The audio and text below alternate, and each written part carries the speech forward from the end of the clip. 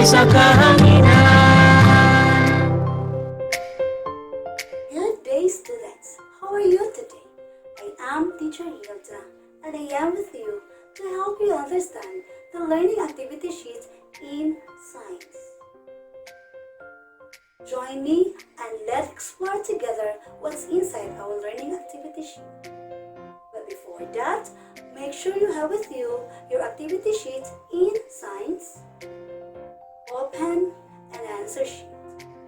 If you are ready, then let's begin.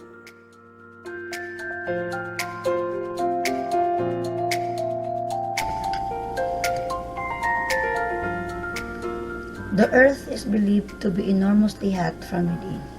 This heat from the Earth's interior is the origin of energy called geothermal energy. Geothermal energy can be explained simply by its name, which derived from the Greek words geo meaning earth and thermal meaning heat. The heat directly below the Earth's surface, making it a full source. The most active geothermal spots are found near fault lines and volcanoes, but also occur where there are hot springs, geysers, and geothermal reservoirs that can be used cleanly and efficiently. In this activity learning sheet, we will illustrate how energy from volcanoes may be tapped for human use.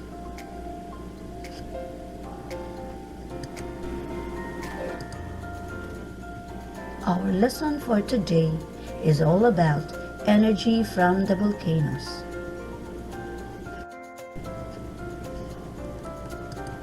For today's lesson, you will be able to: number 1, identify the type of energy from the volcanoes. Number 2, trace how energy from volcanoes may be tapped for human use. And realize the importance of volcanoes as a sustainable source of electricity.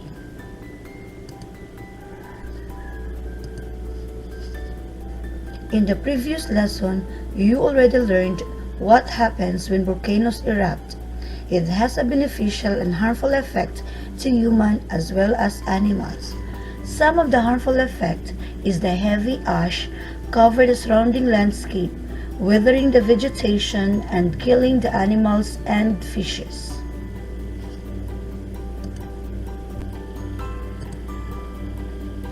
On the other side, volcanoes can also affect people positively. For example, the eruption of Mayon volcano on 1814, which buried the Casagua Church and only tower remains. It is also one of the most popular destinations in Albay.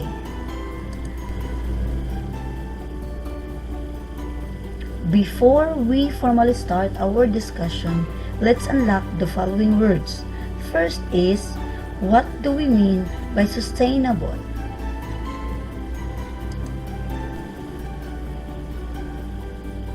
Sustainable means satisfying our own needs without jeopardizing the ability of future generations to fulfill their own needs.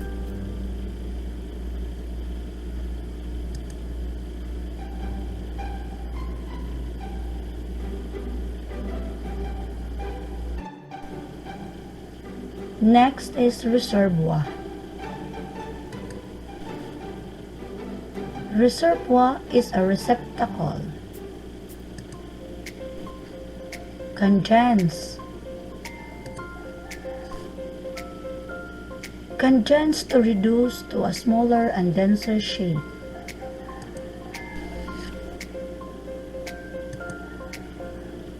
Geysers.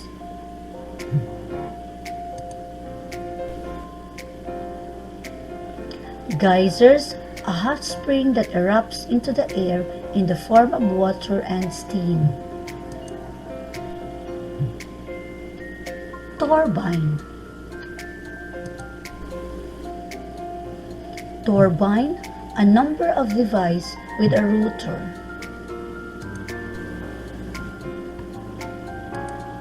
And the last one, refrigerant. Refrigerant, a material used to keep things cool. At this time, let us proceed to the lesson proper. Are you ready? Let's begin. How geothermal is being used. These underground reservoirs of steam and hot water may be used to produce electricity or to directly heat and cool structures. How is geothermal energy generated? Geothermal energy generated into two ways. First, geothermal power plant. Second, geothermal heat pump. They vary in terms of the depth of heat source to generate electricity. In geothermal power plant, the heat from deep inside the earth is used up to produce steam to generate electricity, compared with geothermal heat pump use the heat coming from close to the earth's surface to heat water and provide cool buildings. In Leyte, our primary source of electricity is geothermal power plant. There are a lot of power plants situated between the municipality of Cananga and Ormoc. To mention some, Upper Mahio Geothermal Power Plant, Malitbog Geothermal Power Plant, Mahanakdong Geothermal Power Plant, and the most popular is Tungunan Power Plant. Power plants are built in an area where it is particularly hot just below the surface, such as near geysers, hot springs, or volcanic activity. The following steps are followed to generate electricity in the geothermal power plant.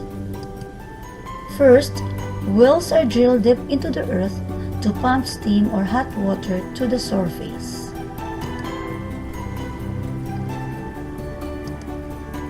Second, when the water reaches the surface, the drop in pressure causes the water to turn into steam. Third, the steam spins a turbine which is connected to a generator that produces electricity. Fourth, cooling tower cools the steam which it condenses back to water.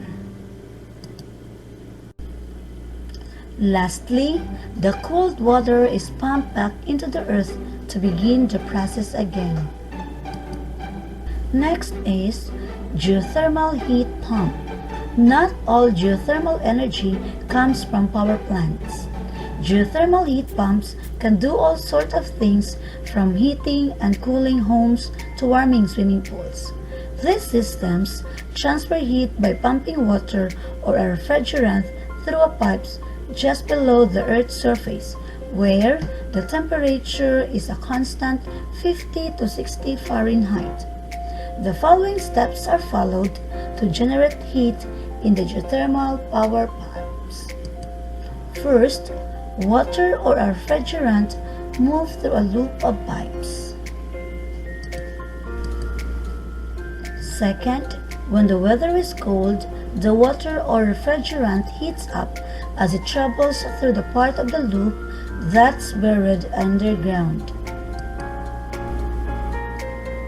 Third, once it gets back above ground, the warm water or refrigerant transfers heat into the building. Fourth, the water or refrigerant cools down after its heat is transferred. It is pumped back to underground where it heats up once more, starting the process again.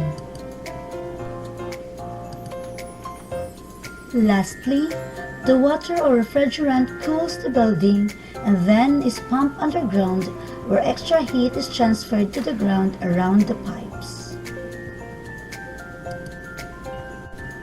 Let us all proceed to the next activity. But before that, Open your learning activity sheet to page 5. Let us all read the directions. Directions. Identify the following pictures if it shows the type of energy from volcanoes. Write GE on the space provided if the picture shows geothermal energy and leave it blank if it is not. Picture number 1. Next is picture number 2. Then picture number 3. Picture number 4. Lastly, picture number 5. Time is up. This time, let us answer the guide questions. I will give 2 seconds in answering each question. Are you ready? Let's begin. Number 1. Based from the picture shown above, which energy comes from the volcanoes?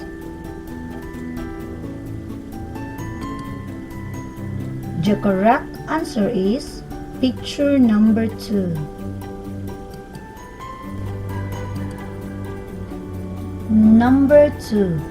What do we call that energy?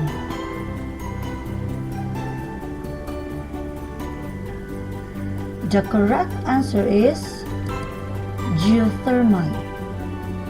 Did you get the correct answer? Wow! Congratulations! Now, let's proceed to the next slide. Question number 3.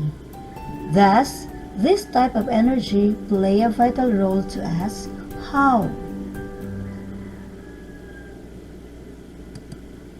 Yes, by giving us the comfort in our daily lives, such as using the gadgets nowadays, works made easier. Are all your answers correct? That's great! So, let's continue to the next activity, Activity 2, entitled Show What You Get. Let us all read the direction. Directions. Trace how energy from volcanoes may be tapped for human use by making a flow chart. Choose your answer from the answer box below, then write only the letter that corresponds to your answer in the flow chart. I will give you 2 seconds to answer this activity.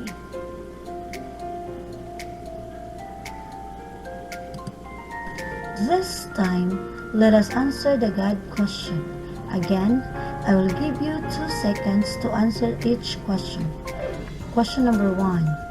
What is the flow chart all about?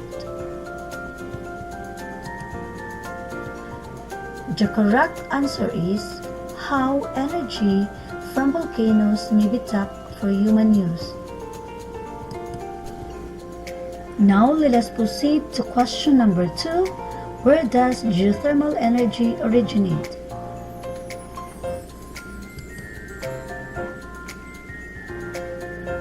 The correct answer is volcanoes.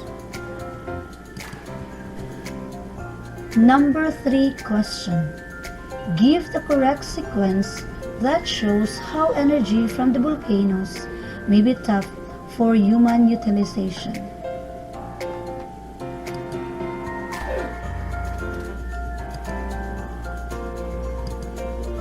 The correct answer is E. Wells are drilled deep into the earth to pump steam or hot water to the surface. D. When the water reaches the surface, the drop in pressure causes the water to turn into steam. C. The steam spins a turbine which is connected to a generator that produces electricity. B.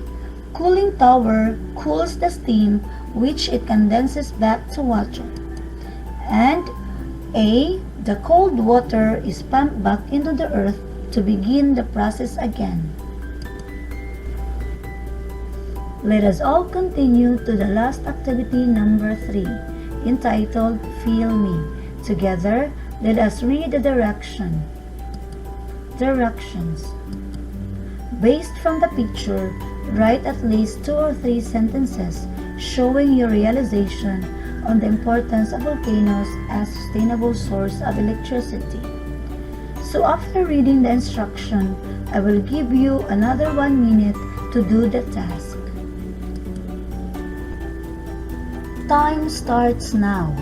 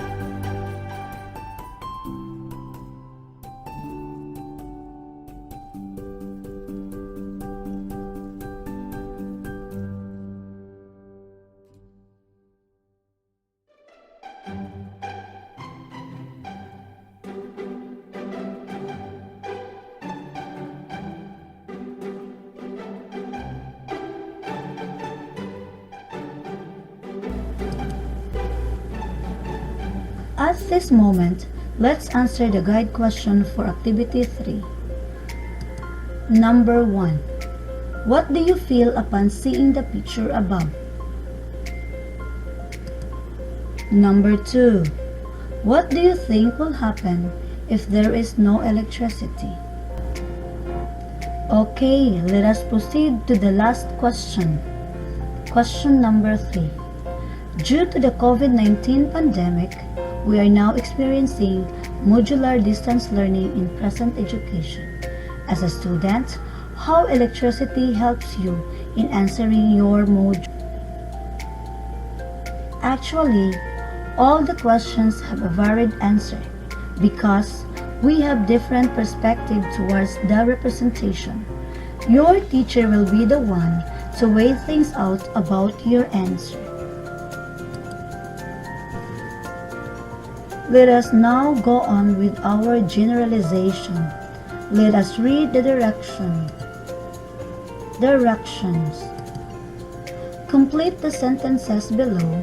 Choose your answer inside the box. Here is the answers box, wherein you'll choose your answer. Cools, electricity, geothermal heat pump, geothermal power plant, 2. Warms. I learned that heat from the Earth's interior is the source of energy called geothermal.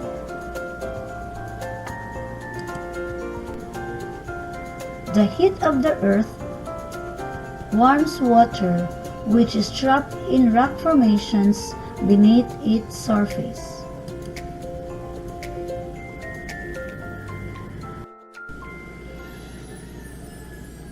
These underground reservoirs of steam and hot water can be tapped to generate electricity and cools buildings directly.